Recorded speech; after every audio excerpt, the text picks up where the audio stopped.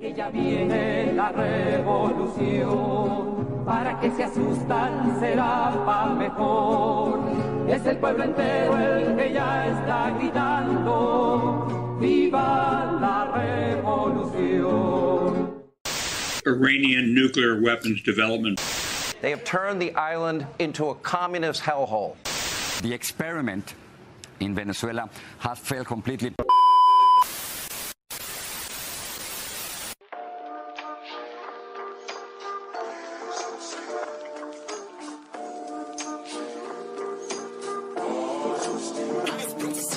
La bestialidad imperialista. Bestialidad que no tiene una frontera determinada ni pertenece a un país determinado. Bestias fueron las hordas hitleristas, como bestias son los norteamericanos hoy, como bestias son los paracaidistas belgas, como bestias fueron los imperialistas franceses en Argelia. Porque es la naturaleza del imperialismo la que bestializa a los hombres, la que la convierte en fieras sedientas de sangre que están dispuestas a degollar, a asesinar, a destruir hasta la última imagen de un revolucionario, de un partidario de un régimen que haya caído bajo su bota o que luche por su libertad. Y la estatua que recuerda a Lumumba, hoy destruida pero mañana reconstruida, nos recuerda también en la historia trágica de ese mártir de la revolución del mundo, que no se puede confiar en el imperialismo, pero ni tantito así, nada.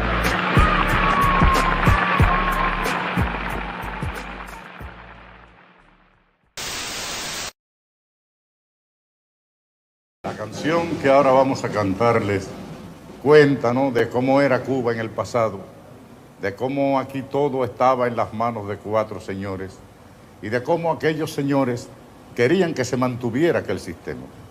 Pero dice la canción, y en eso llegó Fidel.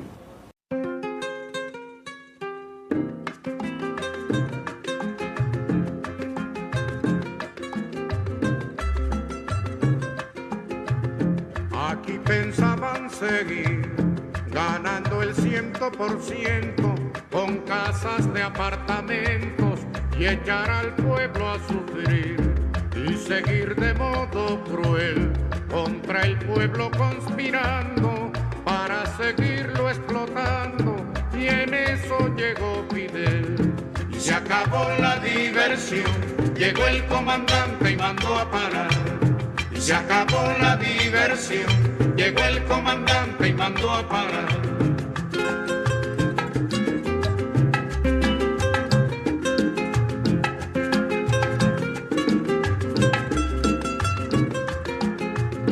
Aquí pensaban seguir tragando y tragando tierra, sin sospechar que en la sierra se alumbraba el porvenir, y seguir de modo cruel la costumbre del delito, hacer de Cuba un garito, y en eso llegó Fidel. Y se acabó la diversión, llegó el comandante y mandó a parar. Y se acabó la diversión, llegó el comandante y mandó a parar.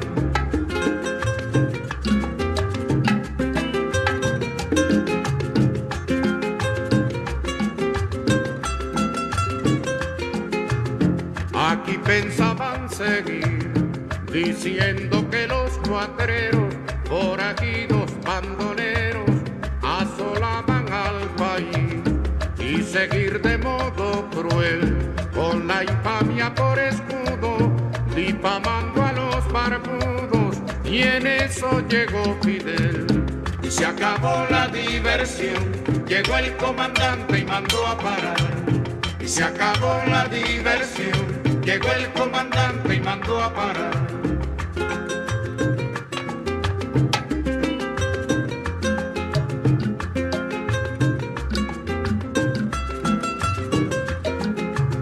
Aquí pensaban seguir jugando a la democracia, y el pueblo que en su desgracia se acabara de morir.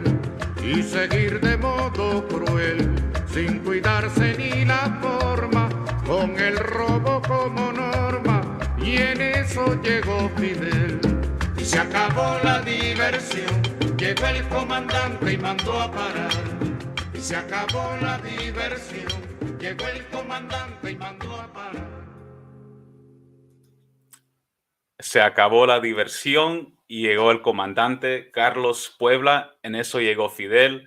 With that, Fidel Castro has arrived. One of my favorite revolutionary communist songs from Cuba, Socialista, Long Live the Cuban Revolution, an African revolution, an indigenous revolution, a socialist revolution. What's up, everybody? Welcome to episode 105, Unmasking Imperialism, Exposing Imperialist Propaganda in Mainstream Media. Today, celebrities Shill for Empire, calling out all of the liberal celebrities, imperialist celebrities who promote regime change, who promote war, and promote the mind control of the masses of our peoples and trying to distract us, exposing Hollywood's collusion with US imperialism. During today's episode, we're going to examine the role of celebrities in supporting regime change operations. Right now, we are in the thick of the campaign against Iran, Russia, China, Cuba, Nicaragua, Zimbabwe, DPRK, so many countries that are under attack by US imperialism, and celebrities are being weaponized to grant our tacit approval for these operations. We're also going to discuss the weaponization and tokenization of Black and brown people for US imperialism, the tokens at Wall Street and the White House who are being used to try to push us for another war, and how the imperialists have subverted music, television, film to promote the agendas of a small international financial ruling class based in Europe, an Anglo, white, Zionist, imperialist ruling elite that are pushing us toward war. And lastly, we're going to discuss the antidote, the medicine to all of this nonsense, revolutionary African, Indigenous, and Global South movements, and people and writers, speakers that provide the antidote to mainstream media, to celebrities, to Hollywood. And joining us today, you all love her, you all know her, the amazing Dr. Charisse Burden-Stelly, Associate Professor of African American Studies at Wayne State University, and a member of the Black Alliance for Peace Research and Political Education team. Shout out to BAP, shout out to Black Alliance for Peace. Please become a member and look at that amazing shirt, Black Alliance for Peace. I actually need to get one myself. I'm a paid member, and so should you. Please go support BAP, an amazing group, the only group out there that's actually doing real stuff, not some whack liberal white NGO organization that's like, stop the war. It's a revolutionary organization that is for peace, African-led revolutionary. Dr. Charisse Burden-Stelly is the co-author of W.E.B. Du Bois, A Life in American History, the co-editor of Organized Fight, Win, the Black Communist Women's Political Writing, and co-editor of Reproducing Domination on the Caribbean Postcolonial State. I want to buy all those books right now. If you guys want to get those from me on Amazon, if you guys love me, amazing, amazing books. Dr. Charisse Burden-Stelly, how's it going? Thank you so much for being here. Hey, it's going okay. Thank you so much for having me. No, thank you. And I apologize for the back and forth. I'm kind of flaky, and that's my fault. I had to, we were actually supposed to have this conversation earlier in the month, but, shit happens, and all of us have lives. But at the end of the day, we're doing this as a way to inform ourselves and inform our communities. This is not a hustle for us. This is not a way to make money. This is a way to educate our people about revolutionary politics, about anti-imperialism, about Pan-Africanism, internationalism. And it's important to have this conversation. And you're one of the people who I've really listened to a lot, in particular online. And recently your webinar on the international human rights situation. And what I like about your work is that you connect the wars domestically at home against Black, brown, Indigenous peoples, working class peoples, with the wars abroad. And I find that, unfortunately, a lot of times in the US, the liberals, the Democrats, they try to create this division between the domestic policy and the foreign policy and the internationalism. And I like that your work cites those issues here at home and connects it with stuff going abroad, especially your work on revolutionary communist women and Black women, African women all over the world who contributed to the movement, not just old white dudes, but actually, Black and brown women in particular. So I'm a fan of your work, and thank you for being on. Do you want to tell us a little bit about the work that you do, and also recently your tribunal, because it was fantastic, and if you want to share a little bit about that. Sure. So, my work in academia centers on a few things. One is the intersection of anti-Black racial oppression and anti-communism and anti-radicalism. So anti-radicalism broadly, but anti-communism as the sort of broad-based enunciation of anti-radicalism, especially after the Bolshevik Revolution of 1917, and just the way these are mutually constitutive. And so the upshot of that is that there are so many Black, racialized, colonized people who will parrot like the State Department line that is deeply anti-socialist and anti-communist. And the point is, you cannot be for Black liberation. You cannot be for decolonization beyond some sort of metaphorical buzzword if you are anti-communist, if you are anti-fascist, because as we know, historically, it is the communists and that have been the sort of first casualties of fascism, and as we know, part of the reason the fascists came to power was because of this deep-seated anti-communism. And then adjacent to that is the attack on workers' militancy and of a rise of a particular class-based power. And so that's one aspect. Another thing that I look at is a sort of critique of U.S. imperialism that specifically emanates from what I call the tradition of radical Blackness. A lot of people use Black radical tradition coming from Cedric Robinson. I've written sort of extensively about why I use tradition of radical Blackness, so people can check that out if they're interested. But I find that Black and colonized critiques of imperialism and of fascism and of war really are much more sort of people-centered. So in Black Alliance for Peace, for example, we talk about people-centered human rights. And so they really focus on how people who are the most oppressed, the most super exploited really bear the brunt of these structures of domination. And so it's really important to understand and to be familiar with what they said, how they experienced these forms of domination and subjection. And then there's another aspect of my scholarship that focuses on economic development. So modernization theory and economic development, how those were really used as bludgeons in the global South to try to discipline the global South into a particular Rostowian stages of development model, and also to beat back non-aligned and socialist or communist forms of government and governance. And so we still see the effects of that today. So that's a bit of what I do in the academy. And Black Alliance for Peace on the research and political education team, part of what we try to acknowledge is that right now, at this stage of the struggle, we're in the battle of ideas. And so we really need alternative ways to understand the world, alternative ways to orient ourselves ethically and politically. And so that is sort of the work that the research and political education team does. It supports the other teams that we have, but also tries to put forth a curriculum of political education so that we're sober and clear in terms of what's happening domestically and what's happening abroad. Most definitely appreciate that. And I couldn't agree more. And also, in addition to what you were saying about understanding anti-communism, the roots of it, I think it's also important to understand and recognize that you can't have anti-imperialism or anti-war slogans or rhetoric or ideology without being pro-Black, pro-Indigenous, and pro-liberation of global South peoples. I was just actually listening. Shout out to a BPM. I was just listening to a stream with Jackie recently. I know a few of you guys are here from there. Shout out to you guys in the chat.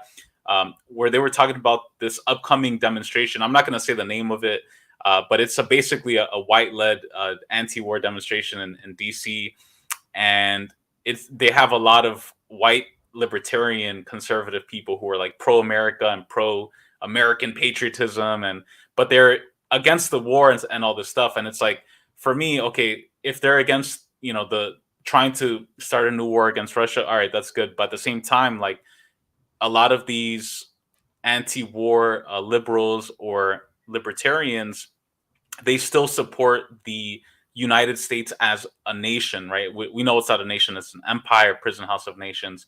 But they still hold on to a lot of the vestiges of U.S. imperialism, the flag, the country, without understanding the national oppression and the national struggles of Chicano people, of African indigenous peoples. And I think it's a great point, what you were mentioning before. Shout out to everybody who's watching and listening. Shout out to Ricky. Donate to BAP. Yes, please do. Ow. Please donate to BAP. Ricky's in the chat. Shout out to Big Teal. You were getting a lot of compliments on your nails, by the way. Your nails are looking fly. Mine's are.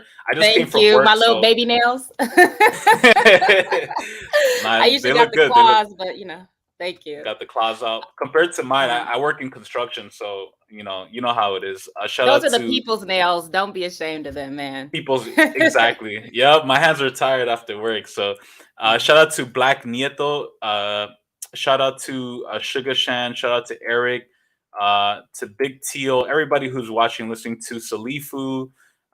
To Wadi. Everybody who's here. Thank you guys for being. Shout out to Karena. Acre Paez. Become a member of BAP Solidarity Network if you can. Yes, please do. I'm a member of BAP Solidarity Network. Please support. I wanted to have you on. Can I just comment on what you just said in terms of of course, go for it. Politics have both negative and positive elements. Negative being like what you are against, but positive is about what you are for. So just because you are against war does not mean you are for peace, at least not peace in the way that our organization, Black Allies for Peace, conceptualize it, because it's not the absence of conflict. Peace is the foundation by which imperialism, colonialism, patriarchy, and warmongering are completely eradicated, with the people's needs, right? The colonized people, Black people's needs at the center. And so you can be anti-war, you can be against a whole host of things, right? But that doesn't say anything about what your actual political commitments are. Fascists are technically anti-capitalist, right? And so I think when people are anti, but they don't stand for anything, we need to be extremely mindful and critical of that.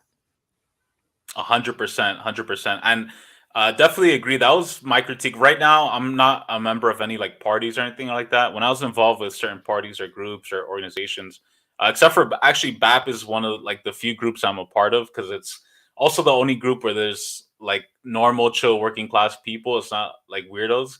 And one of my problems with some of these groups and parties is that it was everything what we're against, and it was this negative energy. And I'm glad you mentioned that, because I feel like revolutionary movements have it's like electricity, right? I work as an electrical apprentice. So it's you have your positive and your negative, your night and day. You need this harmony and balance between the destructive elements of revolutionary movements, but also the constructive elements. And a lot of times people aren't really there for the constructive elements. They just want to tear shit down or critique things or break things down. But when it comes to the non-sexy part, African, Zimbabwe, for example, after the wars of independence against colonialism and white supremacy in Southern Africa, you had a lot of white liberals and just a lot of people in general who were all for opposing the apartheid regime, and that's good and everything like that, 100%. But when it came down to building infrastructure, to building housing, to land redistribution, to bringing power back to Black African workers, that's when people started getting shady. That's when people started being oh, I don't support, ZANU-PF. I don't support Cuba building socialism. So I'm glad you mentioned that, because it's such a great point, and it's something that that is related to what we're talking about with celebrities too, because part of any revolutionary movement of socialism is about constructing art and media and entertainment and music. It's such a vital part to our movements. And unfortunately, U.S. imperialist media, Hollywood, they dominate the entertainment industry worldwide. And in many ways, I've talked about this before on previous streams. In a way, Hollywood is a giant spell-making machine where they put out these movies that make you think that we should live lives a certain way. And you are trained and programmed to follow these celebrities and singers and actresses, actors, who are then putting out propaganda talking points, supporting wars and, supporting the color revolution in Iran, sending billions of dollars to Ukraine, supporting this fake movement of hip hop in Cuba that supports imperialism.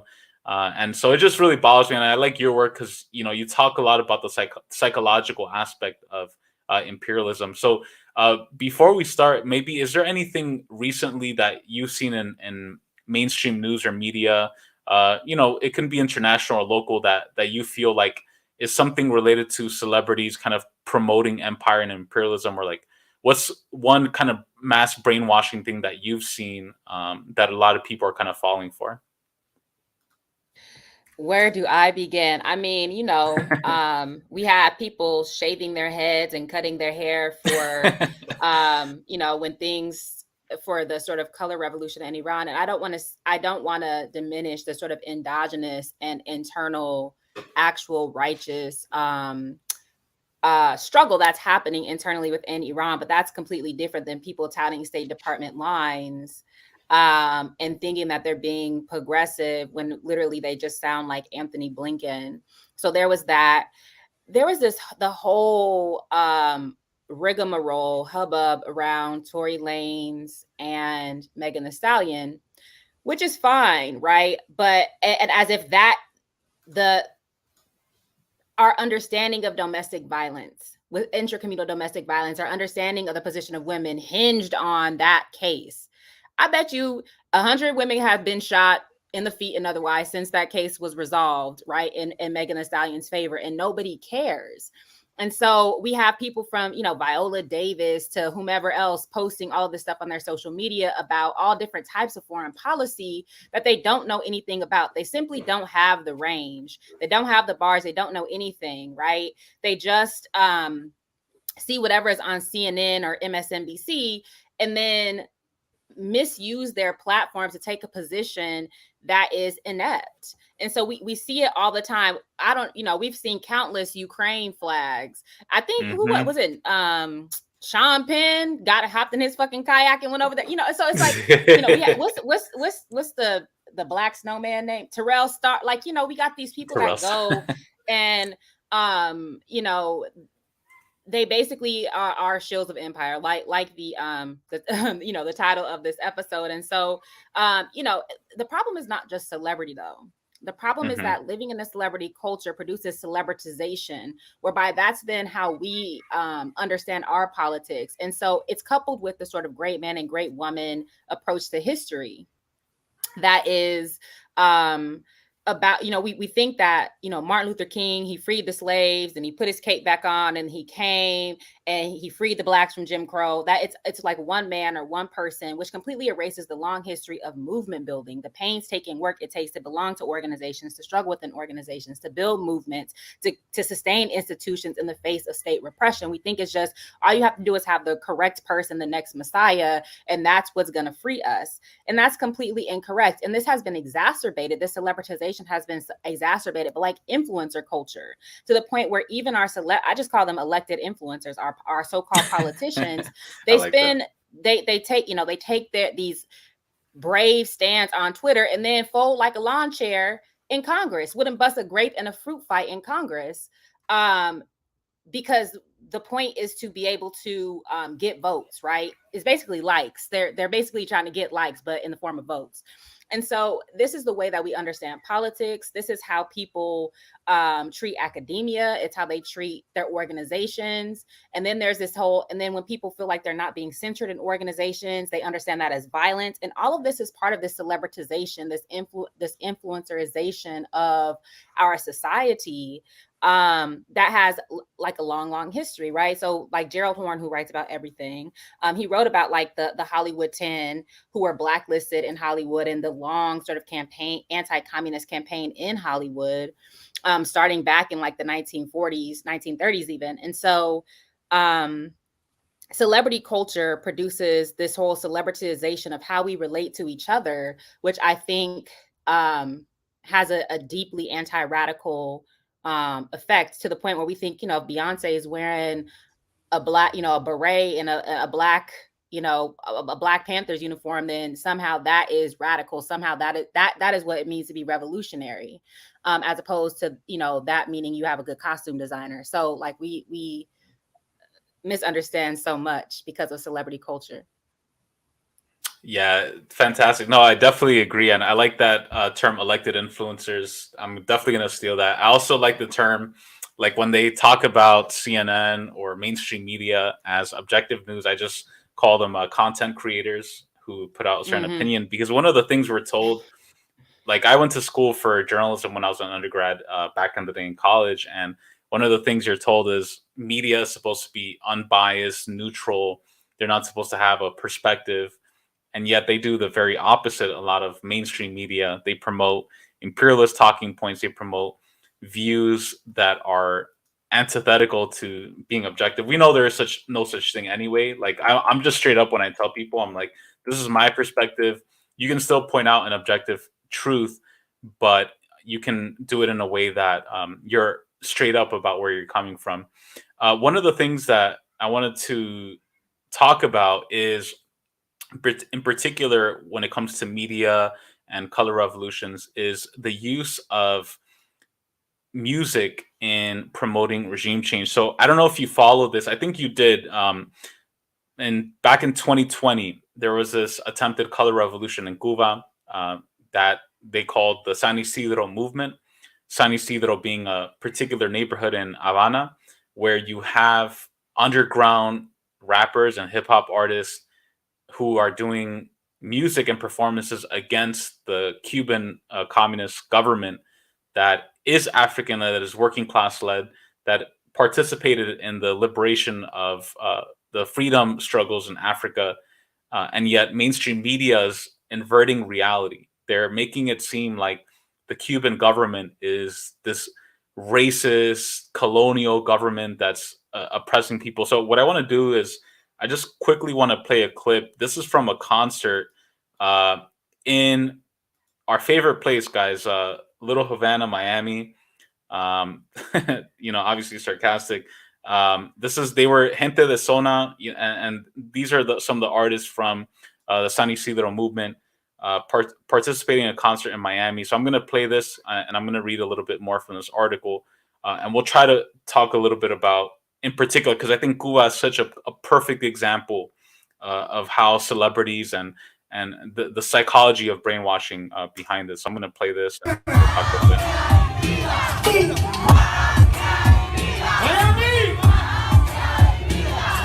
Y eres tú mi canto de sirena. Seguimos, himno de guerra. Porque con tu voz se van mis penas. Y este sentimiento y esta lejos. Tú me dueles tanto que estés lejos. Hoy yo te invito a caminar por ese lado. Sube, hermano, sube, ponme arriba, ponme arriba, ponme arriba. Ponme arriba, si quieres libertad para Cuba, igual que nosotros, ponme arriba. Yeah. Yo era muy pueblecito, yo su voz. Tú 5-9, yo 60 años, cuando vino. Vamos el patillo a los chiquitos de la voz. Suba, sin miedo, suba, que se escuche en Cuba, que se escuche en Cuba. Que se escuche en Cuba. Yo. Ya se acabó. Pedimos una intervención militar, intervención. Libertad para la gente de San Isidro. Movimiento San Isidro. Tampoco también.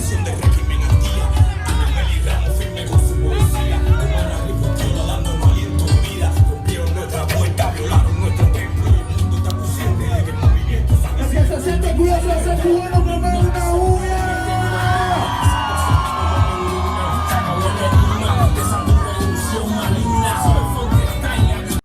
So you have people, all the gusanos in Miami with signs that say SOS Cuba, which whenever we see hashtag SOS, you already know what the fuck they're trying to do with that, right? NED getting active. Oh yeah, 100%. Yeah, so I just, I wanted to show that because like I think a lot of people forgot about that. But that's the kind of stuff that they're doing. Like that's the kind of stuff that unfortunately, like so many people fall for. This is a famous photo that came out around that time. Patria y Vida. some of the artists in quotation marks, their music is whack, by the way. Like, there's so many other reggaetoneros or hip hop artists from Cuba who are pro revolution that are much better. But this is the image that they circulated. And I wanted to bring this up because I feel like this is a perfect example of how, in particular, when it comes to Cuba, the marketing people at the CIA were like, all right, guys, this whole Batista, white dictator from the 50s branding is not working. We need to have some black and brown people who are counter-revolutionary and anti-communist, and we need to use music, and we need to try to appeal to these different communities. And I feel like this image, like these little things like that, like a lot of people don't notice it, but I feel like mentally, like seeing that image, Patria y Vida, which means fatherland and life, which is a anti-communist slogan against Patria o Muerte, which is fatherland or death. Right. Exactly. Patria o Muerte. And that's the thing, like, that's the shit that pisses me off even more, is like, they make it seem like, oh, we're for life, you guys are for death. But it's like, no, Patria o Muerte is like fatherland or death. Like, we're fighting for our country to the death. And it's not just like it's not like saying like the US, right? It's like an African country, it's an indigenous country. And they subverted that slogan. So I don't know. What are your thoughts on this? Like, I feel like pretty soon, Cuba has been kind of under the radar recently, but I feel like pretty soon this is going to come up again. And what are your thoughts on the use of like these hip hop artists in not just in Latin America, but all over the world to promote regime change? Yeah, I mean, I think so. So the CIA obviously has a long history of this. If we think about the Congress of Cultural Freedom, or AMSAC, which is, I think, is the American Society of African Culture in the 1950s and 1960s.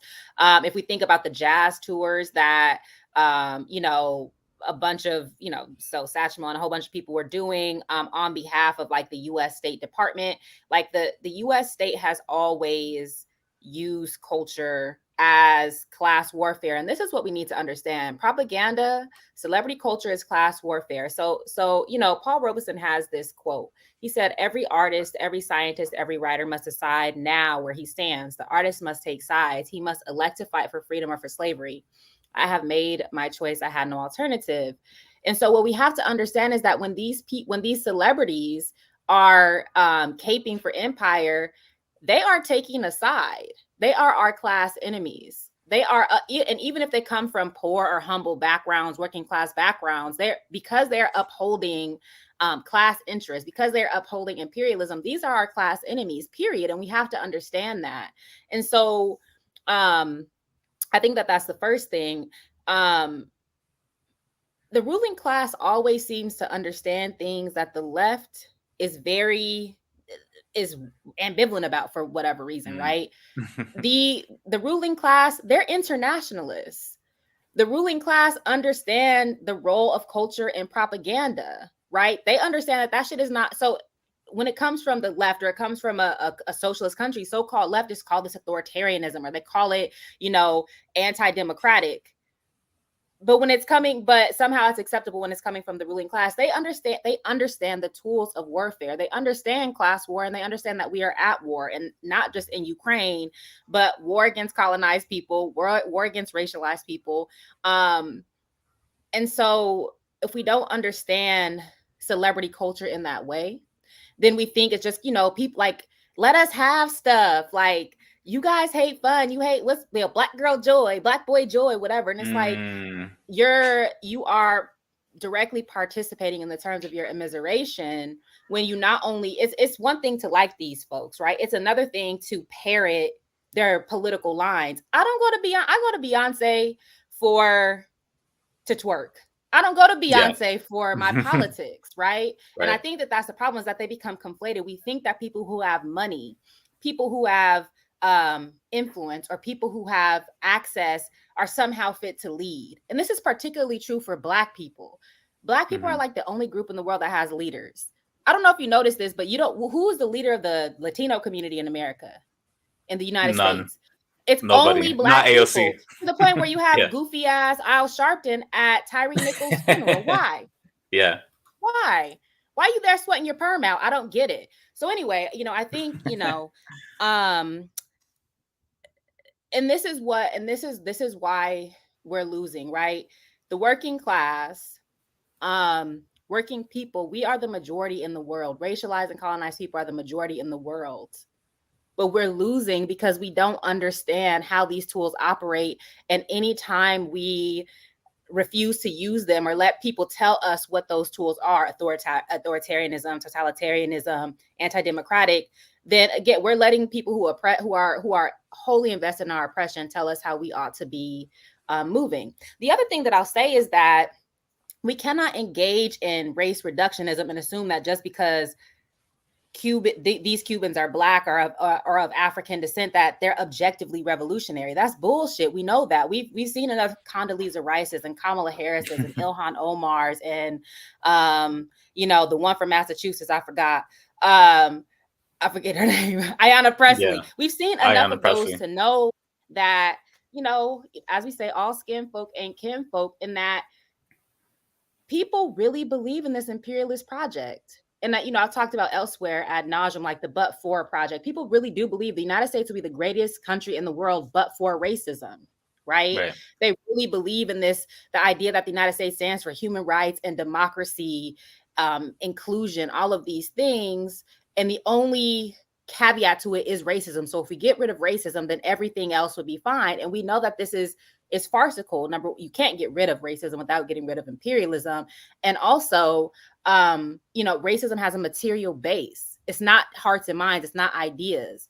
And so I really think that, again, the CIA, the State Department, the ruling class, they really understand the identity politics. And they have an uncanny ability to co-opt and transform things that started out as revolutionary.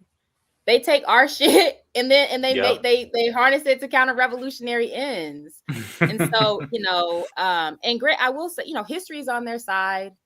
Dialect, like the unrolling of history is on their side, because this is in the United States, it's a right-wing settler colonial slaveocracy. So history is on their side, power is on their side, authority is on their side, but still, like, we as leftists play ourselves so frequently because we reproduce celebrity culture and celebritization in the way that we interact with each other, in the way that we interact with our organizations, in the way we interact with society. So we're, we're hoisting ourselves on our own petard.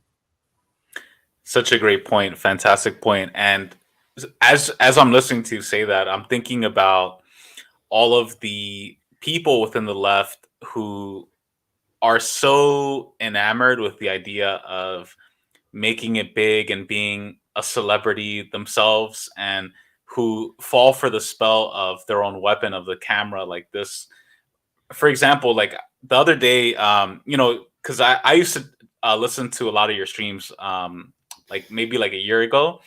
And recently I was listening to your last stream, the last episode that you did. And I really liked it a lot. I liked it a lot because you pointed out something that you were like, there's so much more work to do beyond this. And I feel like so many people get stuck on just like streaming and making money and making this like their little empire, the little media empire. I used to work at Telesur back in the day. I don't know. Are you familiar with Telesur, the outlet? Of course, yeah. So I used to work for them, and there were a lot of people who would go into that space, a lot of liberals or random white people. I used to call them workationers because it was in Ecuador in South America.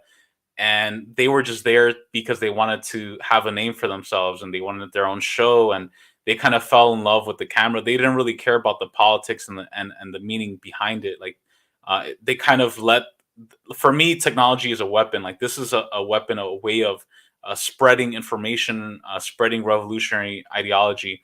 But I feel like sometimes people get so obsessed with celebrity culture, and even if they start off with good intentions from the left, they kind of fall into that trap. And I really like that video you did because it just showed me and so many other people like there's so much more to this, like actually organizing in real life, writing, doing the things that you're doing. And we shouldn't buy into this dream of like being a big streamer, $1 million streamer and celebrity and AOC and all this kind of like stuff, So I really enjoyed that. I wanted to mention that because I feel like a lot of people in the left in particular they buy into this fantasy of like being the next big, content creator. And I feel like that's a big challenge that we have to deal with, the influencers as well, in particular on TikTok. Well, let's And it be really clear. changes people. Yeah. For many people, revolution is a brand. Like, let's be Mm-hmm. clear about that. With the rise of the Yep. gig economy, with the increasing precarity, right? Mm-hmm. Money and making money and being able to live a good life feels all the more sort of like urgent. And so Yeah.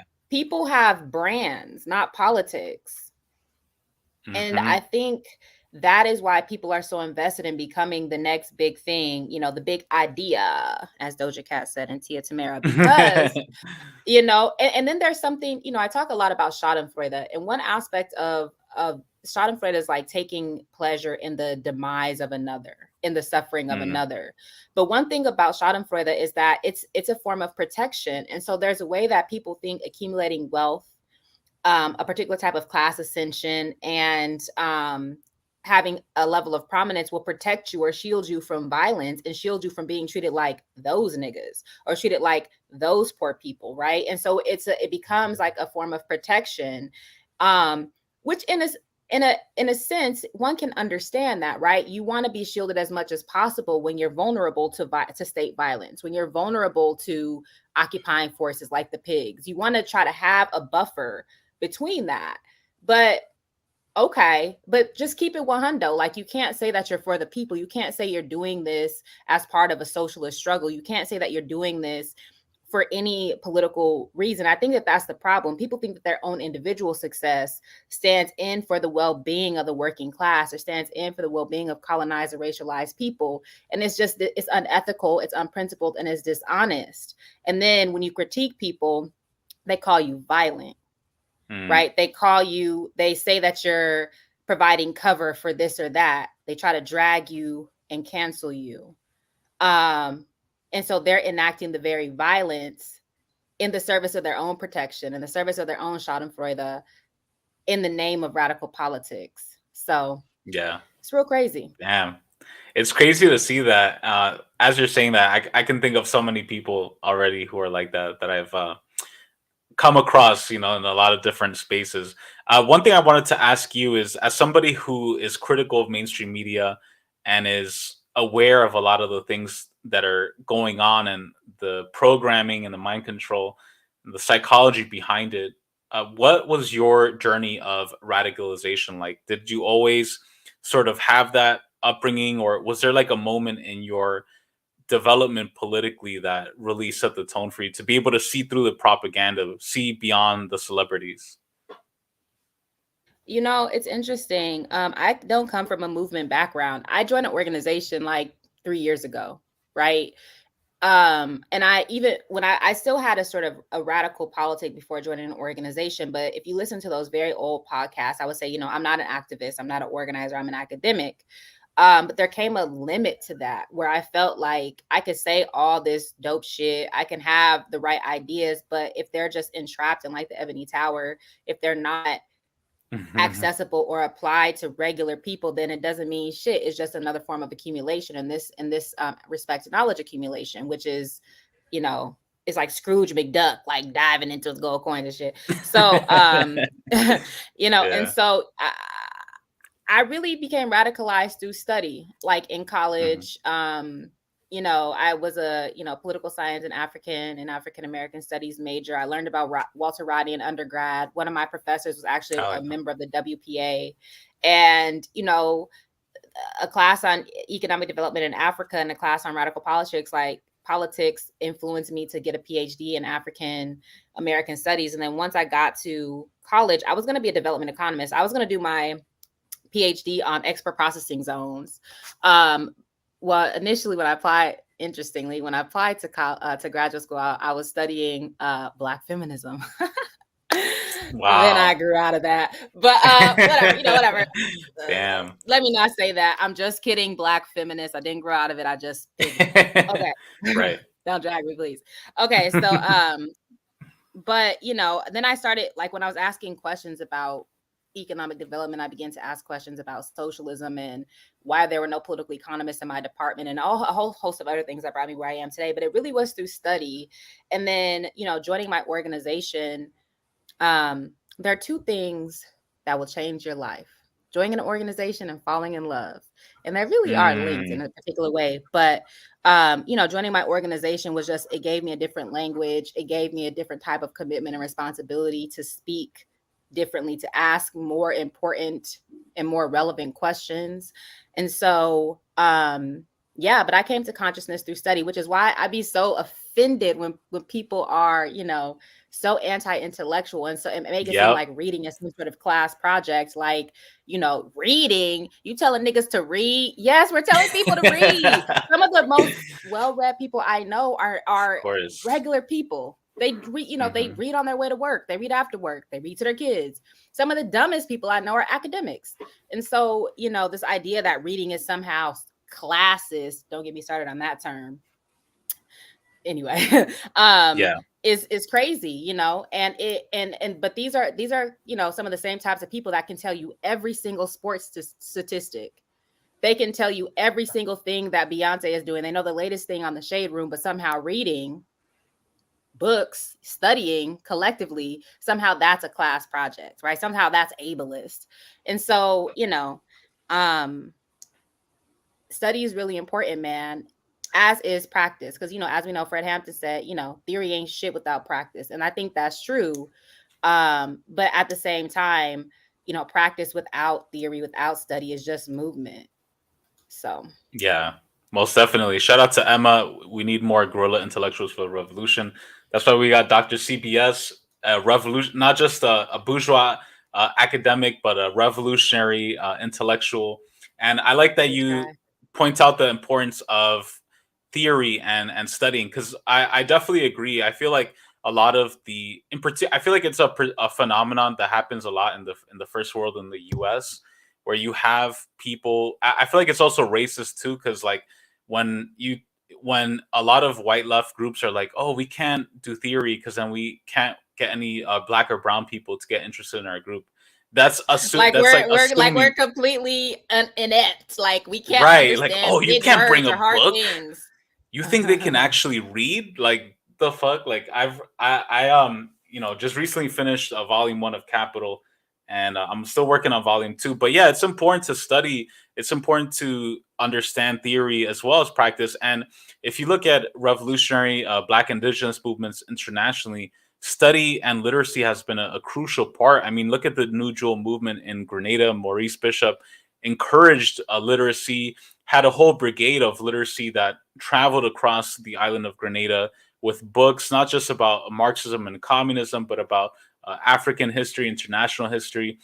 The Cuban Revolution sent literacy brigades in Zimbabwe, Mozambique, Botswana. There were so many literacy campaigns, and Angola as well. And I think it really does bother me as well when people try to dumb it down or try to separate theory from practice, because you do need theory. And I'm kind of in the same boat as you. Like my family is not revolutionary as well. My family is actually pretty right wing and pretty conservative. So I came to a lot of this stuff through reading politics on my own and learning about communism. And I think it's also important, with that said as well, to not just read Marx, Engels, Lenin, Stalin, and so forth, but also to read Walter Rodney. Walter Rodney, for me, How Europe Underdeveloped Africa, was really pivotal in my transition from just being regular, quote unquote, communist to understanding the dialectic between the global south or the periphery and the imperial core. And that without the liberation of African, indigenous, Asian countries, the removal of imperialism, you can't have socialism in the United States or whatever the fuck that is. And that was my big disagreement with a lot of white leftists, where they got just so caught up on trying to save the US and the flag and this. And it's like, this is not like worth saving. Why are we trying to save this? And understanding that. And I started piecing it together too, because, I'm from New York. I live in LA right now, but I'm born and raised in New York. And I grew up in a neighborhood of New York called Jamaica Queens. Shout out to Ricky, by the way, who's in the chat. She's also from Jamaica or lived there Nicki for a few Minaj years. from Jamaica Queens. And Nicki Minaj too. My sister went to her middle school. I'm not a Barb's, but Nicki I'm a fan. Yeah, I like Nicki Minaj's music too. And so I'm from Queens. I'm from Jamaica, and I would take the train every day. And so if you guys have been to New York, one thing you'll notice is that in New York, a lot of the periphery areas, you're talking about the Bronx, you're talking about Queens, Brooklyn, the peripheries of the city, you have the Black and brown people who run the city, who work in Manhattan, who work in all the stores, who do all the cleaning, who actually produce the wealth of the city, but yet they are forced to live in the peripheries. They have the 2-hour train ride back to Far Rock, to Jamaica, to the Bronx, you know, to the Heights, to Harlem, whatever it is. And the wealthy white people live in Manhattan or the hipster parts of Brooklyn or whatever it is. And I feel like that model is so emblematic of the world, where it's like you have like Europe, North America, that are like the core, the imperial core, and they steal all their labor resources, money, all this stuff from the periphery, Asia, Africa, Latin America, and even domestically within the US as well, Black and brown workers. And seeing, reading Walter Rodney's work, How Europe Underdeveloped Africa, learning about dependency theory, learning about Amilcar Cabral and Thomas Sankara, and so many amazing African revolutionaries that we never hear about. That really changed my perspective, even within Latin America, because one of my biggest beefs with a lot of the Latin American left in particular is that nobody ever mentions Haiti. And that shit bothers me. I've been to Haiti twice, by the way. And when you want to talk about revolutionary momentum and revolutionary action, like Haiti, there's uprisings every week. There's giant protests with tens of thousands of people every single week, every Friday for years. For years, this has gone on, and no attention has been given to that. So I just wanted to point that out. I don't know if you wanted to comment on that. It's really interesting. You know, I went to like a Free Palestine rally when I was in New York last week. And it wasn't the biggest rally that it was organized by Within Our Lifetime. It wasn't the biggest rally they've had, but it was big. And I was so heartened by the sort of conviction of the people there, a lot of Palestinian, a lot of Arab folks, and then a lot of comrades, right? And I was thinking back to like 2021 when we were having these Haiti rallies and there would be 40 people there, you know, there would be, and a lot of them from PSL. Yeah. That's just objective facts. I'm not making any commentary on that. Yeah. And I just was thinking, you know, I'm so glad that people are pulling up for Palestine, but it's like, when will we pull up for Haiti? You know? Right. It's as if even we on the left believe what the West says about Haiti. It's like we are critical of what they say about every other place, but when it comes to Haiti, it's like, oh yeah, gangs, destitution, et cetera, et cetera. And then the farthest people will go is like, well, the U.S. colonized it in 1950, and then they had to pay reparations for France, but no talk of the core group outside of that. But let me tell you something. My organization's Haiti America's team kept Haiti front and center from the protests that were happening before the assassination of Jovenel Moise up until now. So word to Erica, word to Jemima, word to Austin, and the other people on that team. When people didn't give a fuck, when the fervor died down, BAP, the Haiti America's team was still on the case. We have a Haiti America's team for that reason, because we understand the conditions of Haiti are essential to understand the conditions of the Americas, period. Right? We understand how Southcom, the core group, the UN, all of those groups derive so much of their practice and hone their practices, their colonial practices in Haiti. And so even when we look at somebody like Lula, we're critical of somebody like Lula, who was at the forefront of the occupation of Haiti in 2010 or after 2010. And so anyway, that's my Haiti rant. But like, word to BAP, man. And then people will just take the analysis and never mention our organization. And it's not because we want clout or anything, but it's because if you believe our analysis on Haiti, you gotta rock what we're saying about Ukraine. It's not cap. Like exactly. you gotta rock what we're saying about Nicaragua, about the US pushing for war with China. You know what I mean? And so anyway, I forgot where I was going with that, but oh yes, but reading, it's important, as you were saying, to read racialized, colonized, Marxist, Leninist, because as we know, really after the Sino-Soviet split, but especially by the 1960s, all the innovation on Marxist, Leninist thought was coming from the global South and from racialized and colonized Marxist, Leninist, Maoist, Nkrumah, Charisse, scientific socialism broadly conceived. And so we have to read them and not as addendums, like how closely they hew or don't hew to Lenin or Marx, but because that is why Marxism, Leninism is still relevant today, because of the way it was applied to actually revolutionary situations and continues to be so. And so on the one hand, this idea that Marxism or scientific socialism is some white shit is obtuse and goofy and jejune, but also the idea that the true Marxism, Leninism is only Lenin and Marx is equally goofy, and it shows the sort of the imperial chauvinism, the white chauvinism, and also just the ignorance and lack of knowledge of our friends on the left, as Gerald Horne calls them. Yeah, shout out to Gerald Horne, amazing. One of my favorite, probably my favorite historian. His books are amazing. Also, shout out to Ajamu in the chat. Y'all hold this up. That is all we need. Shout out to you, Ajamu. Shout out to Bap. It's not all we need, Ajamu.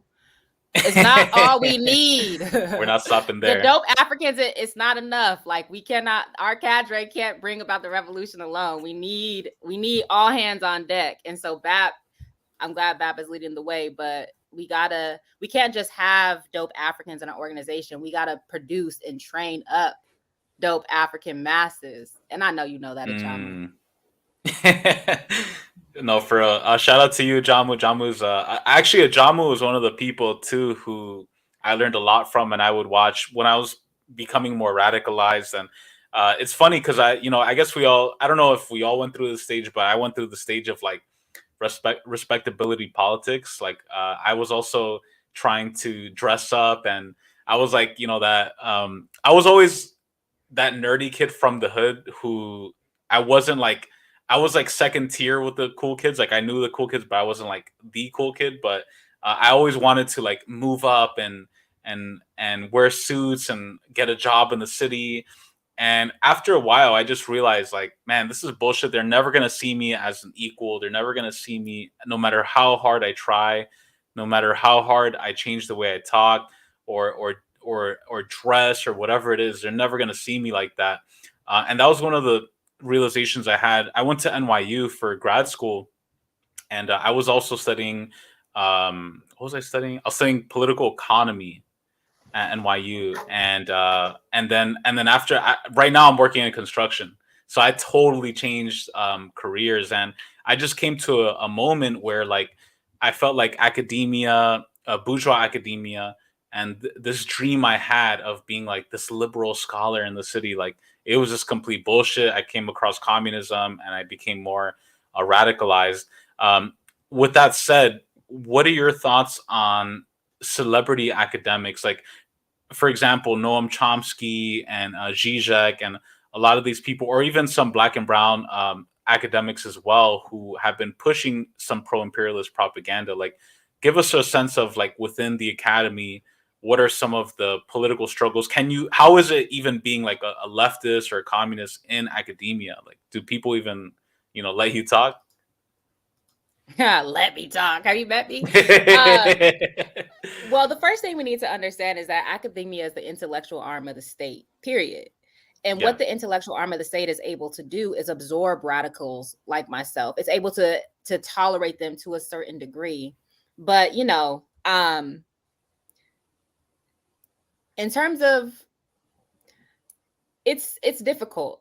I've had more job interviews than I've had hot dinners, right? And I get all these campus interviews, but then they meet me, and there's some reason I do not get a lot of job offers. They're like, oh, you don't just study this. It's not just an object inquiry. You really have those politics, and also you're kind of bitchy, which I am. Whatever, fine. So, like, I think it's really, in terms of celebrity, I'm of two minds about this when it comes to left-wing folks. I think that, number one, nothing's too good for like the left, nothing's too good for the working class. And so I do want us to have a broader access to different publics. And And I do want folks to have access to communist and socialist ideas. But it's just too easy to be unprincipled in academia because the culture of academia is so bourgeois, it's so individualist, it's so ensconced in neoliberalism at this, neoliberalism as the current regime of capitalism, that is really hard to remain ethical when you have a large quote unquote platform, right? It's really easy to forget like that being an academic is a responsibility, right? We have a responsibility to democratize resources and knowledge and access. That is our historical task as guerrilla intellectuals, etc.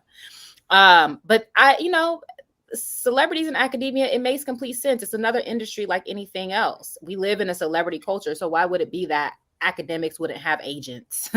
Academics wouldn't be sort of clamoring to be the one to be able to say things. And I wouldn't care so much if it wasn't for the gatekeeping, because it's not, they're real Booker T. Washington with it. It's not just that they have the mic, is that then they want to slap down the mic at everybody else. They want to gatekeep and literally discipline people who don't believe or think like them. And so I feel like if it could be like, if there weren't that aspect to it, I would, have no dog in the fight. But because it's not only that I get to be the center of attention, but then I have to discredit and degrade and, erase everything else, that's when it becomes problematic. I always think it's weird for academics to have agents. That is fucking weird. That. It's, what I mean? Talk to my agent. But I'd be lying if I said I hadn't thought about it. But again, the reason why I thought about it was because, what would it mean for a wild-eyed radical to have access to some of these spaces, right? To be able to have to be able to move, these ideas beyond our like leftist margins. But then I snap out of it because I'm like, I don't have the disposition to do all that. I'm not debating Candace Owens. Like it's hands for me. So that will not end well. Yeah. And so, I think academia is a microcosm of society. And I don't want to cede the college and the university to the liberals. I do take seriously what Walter Rodney says about being guerrilla intellectuals and waging struggle where you're at. But it's hard. And we see a lot of people like literally die. Like I remember in the span of 3 years in the 1980s, hearing about how like June Jordan, Barbara Christian, and Bebe Clark all died from cancer. Like, damn. And I don't think that they're all professors at Berkeley. I don't think that's happenstance that these 3 Black women, some of the first women to get tenure at UC Berkeley, all died in that very short span time. Because I do think this culture, it can kill people, like if you internalize all that stuff. But that's why it's also important to join an organization, to have, comrades outside of academia. But, the celebrity culture it's only going to get worse. It's only as academia becomes less and less accessible to ordinary people. So, for those of us who are in it, we have to take a side, like Paul Robeson said. Most definitely. And talking about that as well, I wanted to ask you about music taste, because it's funny, like in our chat before, like I think you mentioned that you listen to all kinds of music, listen to trap as well, you listen to everything. And I'm the same way too. Like I'm not one of these people who are very dogmatic. I'm like, oh, as a revolutionary or as a communist, like you can't listen to this, or you should only listen to this. What kind of music do you listen to? What are some revolutionary artists that you like, and what is some just regular music that you like? No, don't ask me this question. This is where I'm completely backward. I listen to trap music and like ratchet bangers and chill hop. That's it. Yeah. I don't listen to anything. Like my girl Layla has amazing taste. She listens to Afro, all kinds of stuff, right? All that stuff. Erica, don't ask me about music. You don't want to share your Spotify playlist? I'm playing. I've never used Spotify in my life. I buy all my music, which is weird. But I listen to music that makes me feel powerful, and that is music about twerking and selling drugs for some reason. So it's one of my contradictions.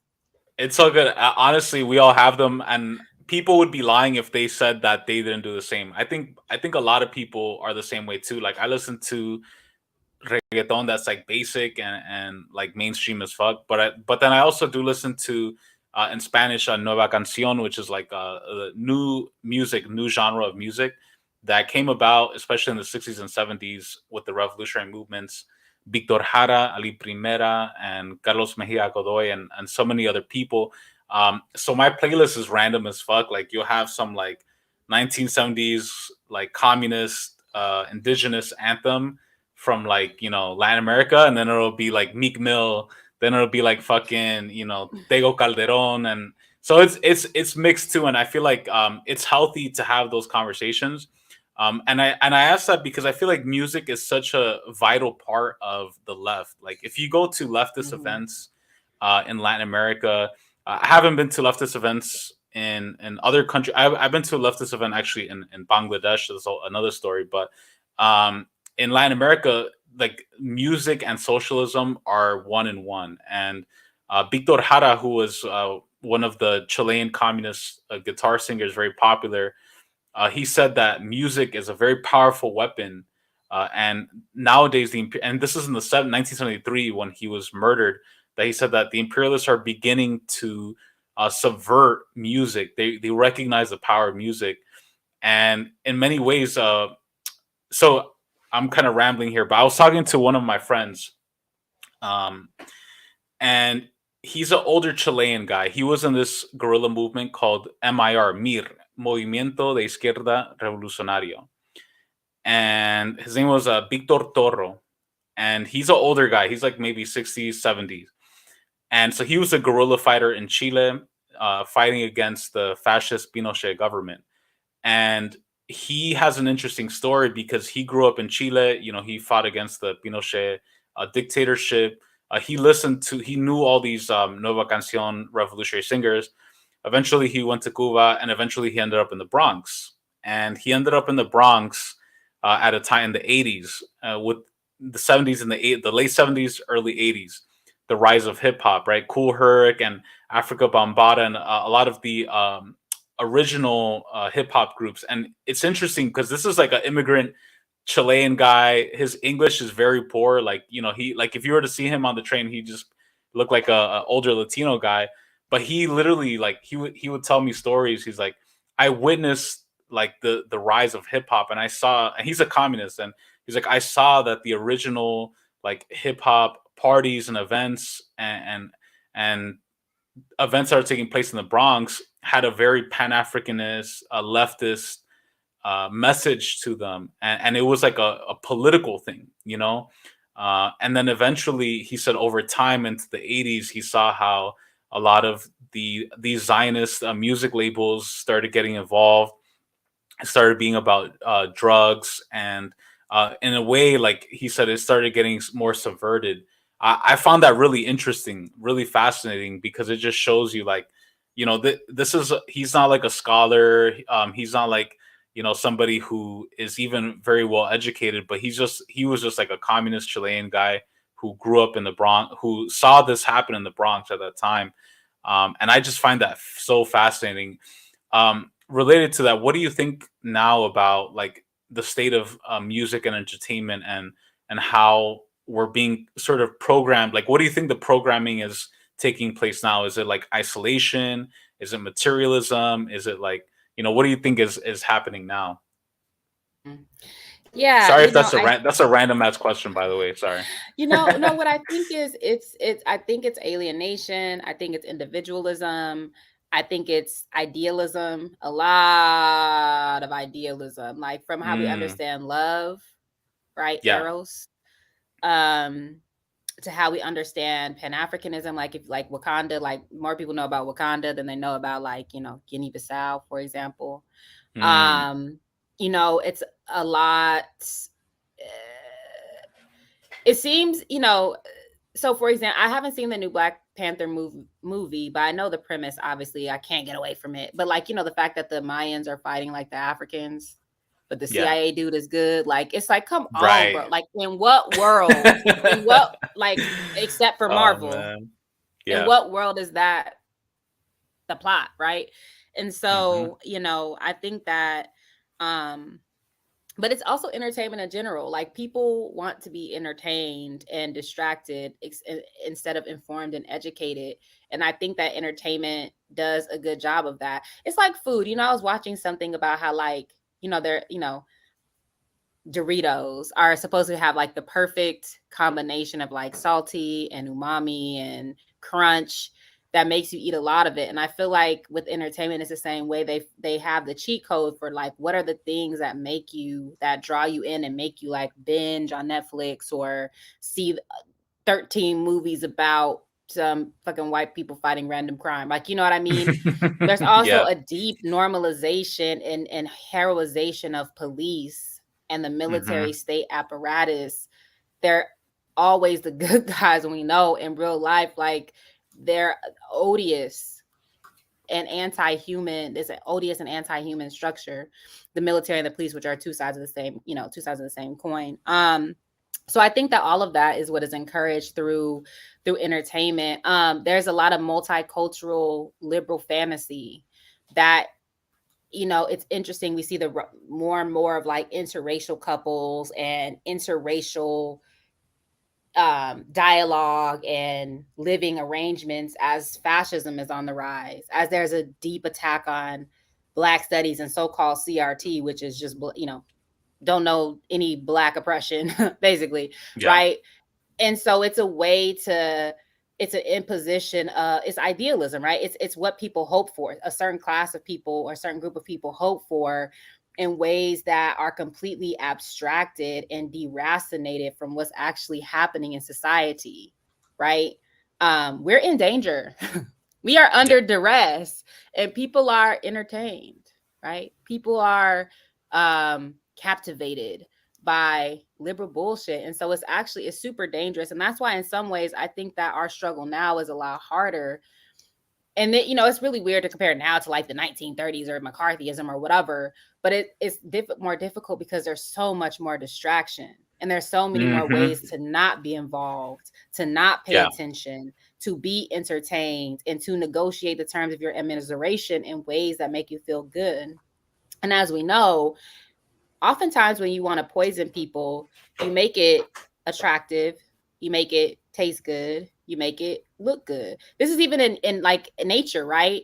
The poisonous lizards and shit, they're like brightly colored and all this stuff. And so like we're willingly poisoning ourselves, which makes it so hard to organize and so hard to stay committed to anything that doesn't hold our attention for like, you know, 10 seconds. Totally. The overstimulation. And it's funny, I sound like such a boomer when I talk to the Gen Zers or the younger kids. I'm like, back in my day. Yeah, because it's funny. I back in my day, I used to watch Snick, you know, Saturday Night Nick, and watch the whole episode. I was having this conversation with my wife, Ophelia, because her nephew, I think I've told this story before, we were watching Independence Day, right? So we all, you know, I'm a millennial. I guess we all grew up with that movie, Independence Day. And it's a long ass movie. It's like 2 hours, and it's a slow build. Like, it's trippy. If you watch older movies, you kind of see how it's much longer, drawn out. There's more of a narrative. I'm not saying that they were better, but it was just, you know, it was more drawn out. And movies nowadays are just jump cut. It's like a TikTokification of like media. And my wife's nephew, he was just so bored with Independence Day. He's like, I can't watch this. This is so boring. This is so long. He wasn't being stimulated, you know, every few minutes or so. And it just like really opened my eyes to how overstimulated our youth are like these days with social media and just media in general, with being presented with so many videos and images on a day-to-day basis. And that really does impact your psyche. And I feel like you hit on a crucial point, is that one of the methods of mass control, it's not just imperialist propaganda, right? Obviously, we're talking about this, like celebrities promoting empire and imperialism. But I feel like you hit on something that's very crucial, which is distraction and overstimulation, and getting to a point where there's so many shows, so many streams, so many things that you can do and watch, that slowly everything loses its value. And that's why I brought up the video that you did a few months back or a year back, that I really enjoyed it, because it's like, you show that some people are putting less value into even just this, like conversations like this. People are like, next, next, what's that? They're just like, we're being hardwired differently. We're being programmed to not even care about things going on around the world. And especially when it comes to regime change, that happens a lot when it comes to not finding out the truth about a particular story.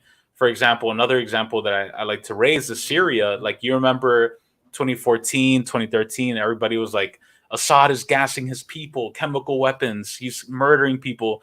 The same thing with Gaddafi, right? They were like, Gaddafi's raping women, and Gaddafi is murdering Africans, and this and that. And then now it's like, first of all, that was all complete bullshit. But second of all, now that a lot of that information has come to light, the fact that it was bullshit, everybody's too distracted and has moved on to the next thing, or we're not going to clarify that and even care to follow up on that. And that really affects the way history is written, because now from a historical perspective, we're just getting the mainstream media reports, and the correction is never makes it, So now it's genocide. Now it's genocide. Yeah. Everything is a genocide. And even when it's proven to be otherwise, it's just like, well, pivot to this other war now. Like, it's and that's the other thing too, is that it's like the other thing about media is like the normalization of really gross violence to the point where so many people were commenting on, like, so the Tyree Nichols video, how like they basically were doing like a premiere, kind of like how you have the countdown to your podcast. Damn. They were doing this for a video of a man being brutally murdered, right? And so there's something about the normalization of violence, the quotidian access to brutality that we come to expect, and that we have to have that proof to really be galvanized, right? So you have to see like live slip from somebody's body to be like, well, I guess the police are bad, which is crazy. It's wild, But then you go home and watch SUV. So, or what is it? SVU, Law and Order. So, SVU, I don't know. It's, so there's also just a normalization of violence and brutality, and just terrible treatment, rape culture, all sorts of things. And so when you're bombarded with this on a daily basis, that's how you're oriented. And unless you're very conscious of this, right, you reproduce those relations in your interpersonal relationships, in your organizations, in your institutions. And it just seems normal. Like, people expand their capacity to suffer and then call it resilience. So most definitely. I wanted to ask you, first of all, are you familiar with the 1619 project? I saw this ad. I was talking to you about this before. I saw this ad. I was driving here in LA. I saw this ad, 1619 Project, the greatest story never told, Hulu. New York Times, the New York Times, a newspaper that supports imperialist war, a newspaper that supports Israel and supported South Africa, the apartheid state.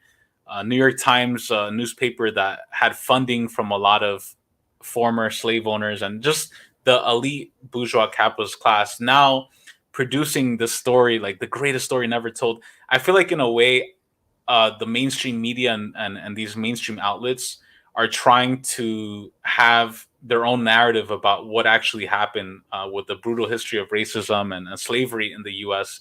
that still lives on today. What are your thoughts on this? If you're familiar with 1619, what are your thoughts on it? And just the general mainstream media trying to rewrite the history of slavery and imperialism. Well, I think Nicole Hannah-Jones is a bum. Putting it on wax. You know I'm feeling good about this too, Nicole. But anyway, what I think is that capital funds its own opposition. So one might see 1619 Project as oppositional, and indeed the way these goofy ass white historians have reacted to it makes it seem like it's this radical path breaking thing, when really they have just been doing bad history, right? And so capital funds its own opposition, and so I'm always weary of any story that powers that be are willing to tell. So for example, all of this these university slavery studies now, right, are really taking off. It's like now people can say, oh yeah, slaves and shit. So it's like, when people are willing to admit certain things, what are they hiding? And then I also think this hyper focus on slavery keeps us very past oriented, or makes people extrapolate into the present in ways that are really, really problematic. So, for example, again, like the New York Times did this whole thing about Haiti and the French the indemnity that Haiti had to pay to France, and then U.S. occupation. No mention the core group, no mention ongoing neocolonialism, ongoing occupation. And so sometimes being very past focused, it's hiding something that's happening right now, or it's also to distort the dynamics that are happening right now. And so I think the 1619 Project is no different. And it's very sophisticated, because then it recruits some of the best minds,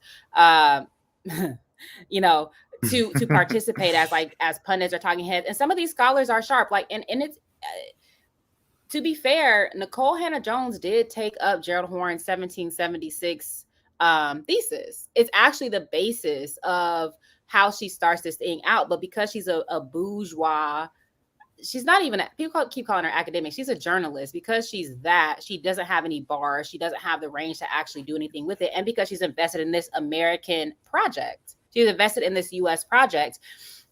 And so even the radical scholarship gets harnessed to like goofy ass ends. So that's what I think about the 1619 Project. And then what keeps happening with so many things, it's happening now with the AP Black Studies stuff. We are forced to defend shit that's goofy, that's not even that good, right? We go on this because the left is so reactionary. We go on this blind offensive to defend some shit that was trash in the first place. And then we and then, the actual work, the actual struggle, the things that we need to sustain us just get called ultra leftists or pushed to the complete margins. And so, I think that, that's what I feel about the 1619 Project. I'm against any origin story that's meant to rescue, resuscitate, reimagine, re-envision, reinvigorate this fucking settler colony. So hell yeah. I hate that, dude. That word is so played out. Let's reimagine. I'm like, no, let's get rid of that shit. I found it interesting that the poster has the boy has US flag and not like a red, black, and green flag or something else. Like he's wearing the young black boy in the poster. Like this is everywhere. I was driving in LA. Like this is all over the city. I don't know if it's like this on the East Coast too.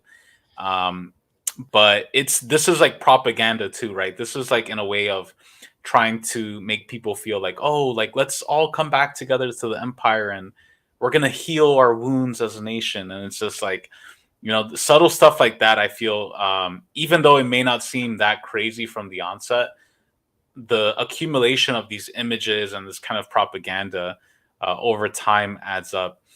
Well, do you remember the Amanda Gorman thing? Amanda Gorman did that poem at the inauguration, and then there was like a cover of maybe the New Yorker where she's carrying Uncle Sam. She's in her little Prada jacket, and she's like carrying Uncle Sam. Yeah, so it's like it's the same type of dumb shit. Like black people are gonna save this nation. It's like, yeah, but you keep murdering all the black people who do good work. Okay. I think Amanda Gorman. Wow, I totally forgot. My memory like sucks, by the way. But I just totally forgot about that. She sung the Star Spangled Banner, or she sung like the anthem. No, right? she did a poem. She did a poem. Oh, she did a poem. Okay, something about the hill we climb or some shit. Me and Jackie Luqman dragged her, not her. we did a talk about this. In early 2021, I think, because it was goofy. Yeah, that's crazy, man. Yeah, this is insane to me. One thing I wanted to mention, like, we were talking a little bit earlier about different communities and some of the programming that's going on. One of the programming that's happening within the Latino community, in particular on stuff like Netflix. By the way, the owner of Netflix is like the great nephew of Edward Bernays, who was like a Zionist propagandist who basically pioneered like color revolutions. So that's fascinating. But one of the things with the Latino community that's a big problem is the glorification of drug lords and drug violence.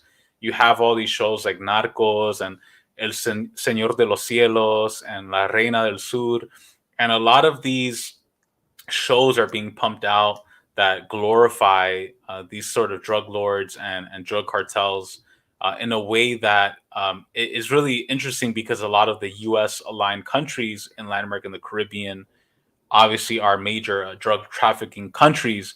And so I find that to be really interesting as well. You know, you don't have, and then the few shows that there are about revolutionaries like Fidel or Che or other people, it's all like he was an evil dictator and this and that, you know. So there is mass programming. People think I'm crazy sometimes. I don't know if you go through this, Charisse, but like when I talk to people about this, like programming and brainwashing and propaganda, they're like, what the fuck are you talking about?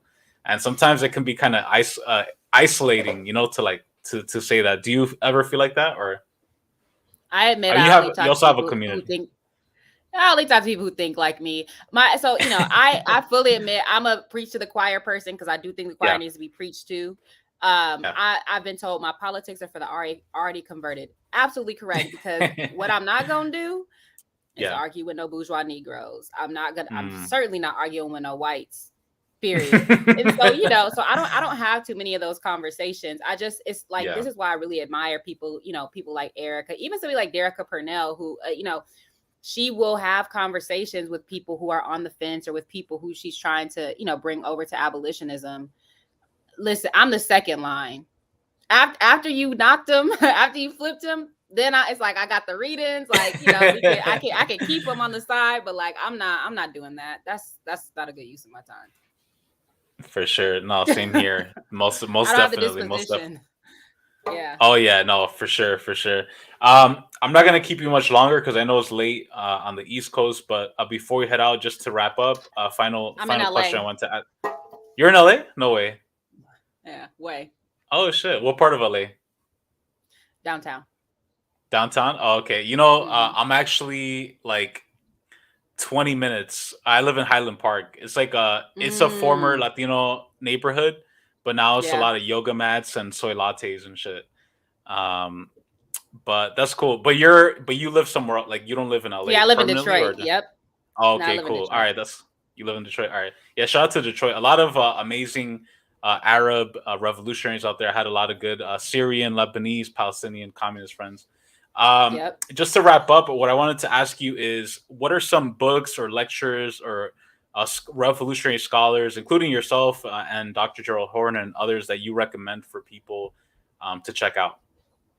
Yeah, so in terms of like alternative media, like, you know, I recommend Black Agenda Report, By Any Means Necessary with Sean and Jackie, Hood Communists, Mint Press, People's Dispatch, the Tricontinental. I think it's like Red Condor is another one. In terms of people to follow, obviously Black Alliance for Peace, Community Movement Builders, AAPRP, Map and Doozy. I really like this page, Degrow Capital, on I think it's on Twitter and Instagram.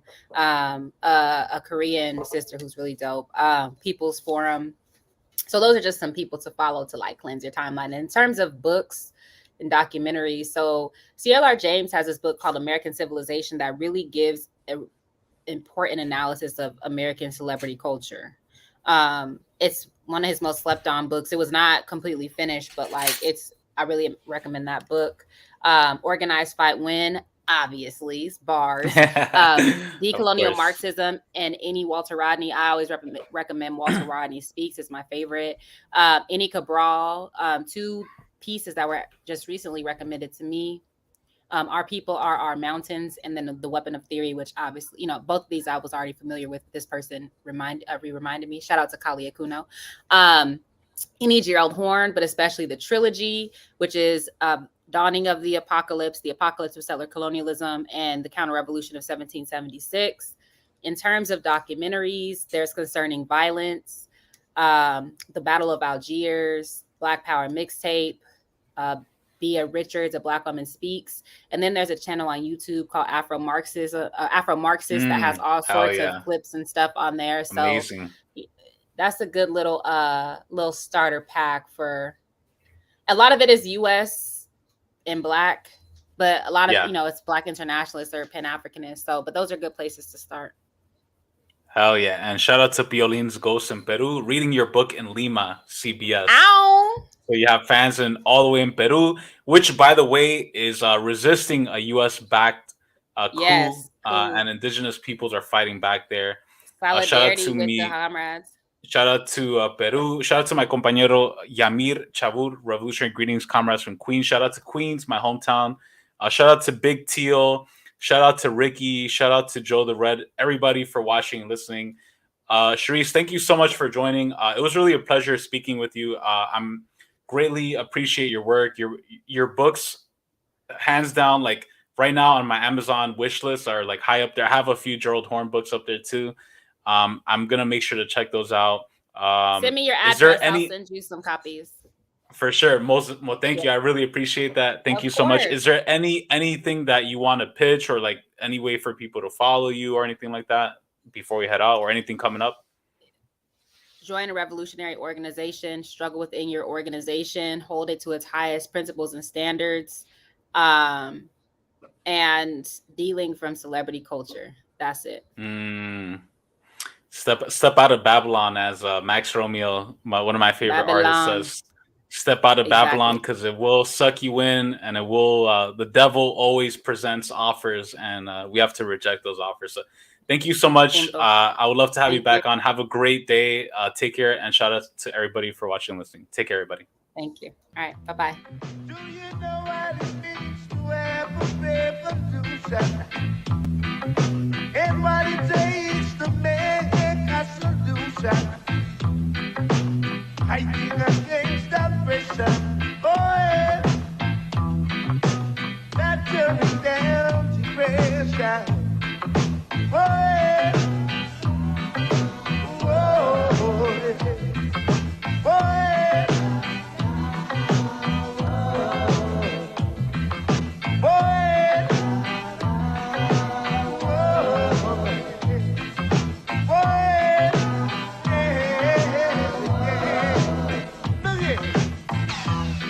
Are you ready to stand up and fight the rights revolution?